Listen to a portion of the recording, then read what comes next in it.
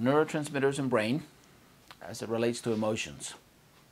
When I think of brain chemistry and emotions, we know that our neurotransmitters affect our emotions, and I'm amazed that the brain is one of the organs that gets treated the most, but very seldom gets tested in terms of neurotransmitter function. Nobody would typically treat thyroid, for example, without testing thyroid hormones.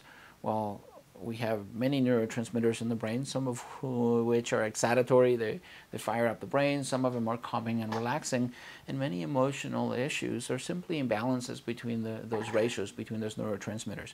When we have too many of the excitatory ones and not enough of the calming, relaxing ones, sometimes we're more anxious. And so it's important when we look at brain, when we look at emotions, not only that we address lifestyle choices and circumstances and all those things that we typically do, but that we actually measure neurotransmitters and look at our ratios and our levels optimal, and two, that we give the body the nutritional building blocks to be able to make the neurotransmitters that we need.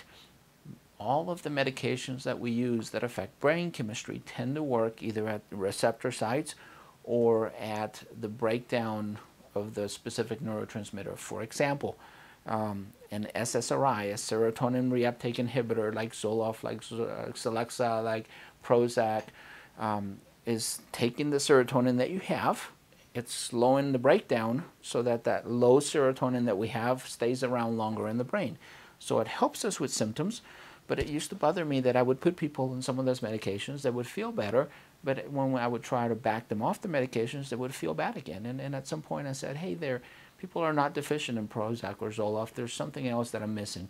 And when I started measuring neurotransmitters, I found that, wow, even though I have someone on sometimes 2 antidepressants, their levels are still low. And when I started giving people the nutritional building blocks to raise those neurotransmitters, I was able to back off the medications because their levels were normal, and at that point the medication wasn't offering anything new. We mentioned earlier when we talked about gastrointestinal function the importance of addressing the whole person as part of restoring brain function.